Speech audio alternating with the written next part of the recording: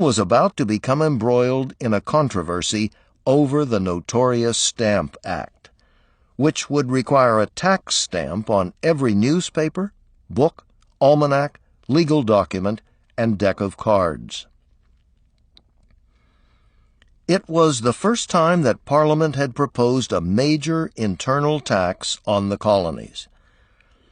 Franklin believed that Parliament had the right to impose external taxes, such as duties and tariffs, to regulate trade.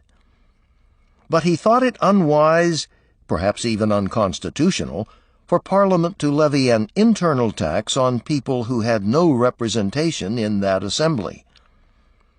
Nevertheless, he did not fight the Stamp Act proposal with much vigor.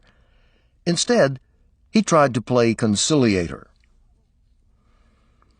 He and a small group of colonial agents met in February 1765 with George Grenville, the Prime Minister, who explained that the high cost of the Indian Wars made some tax on the colonies necessary. What was a better way to levy it? Franklin argued that it should be done in the usual constitutional way, which meant by a request from the king to the various colonial legislatures who alone had the power to tax their own inhabitants. It was clear that this could include mob violence.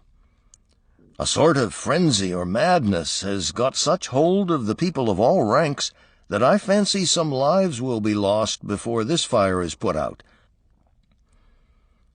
The Stamp Act crisis sparked a radical transformation in American affairs.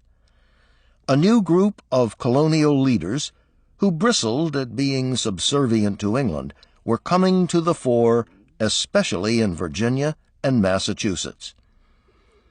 The clash, young Patrick Henry, 29, rose in Virginia's House of Burgesses to decry taxation without representation. Caesar had his Brutus, Charles I his Cromwell, and George III.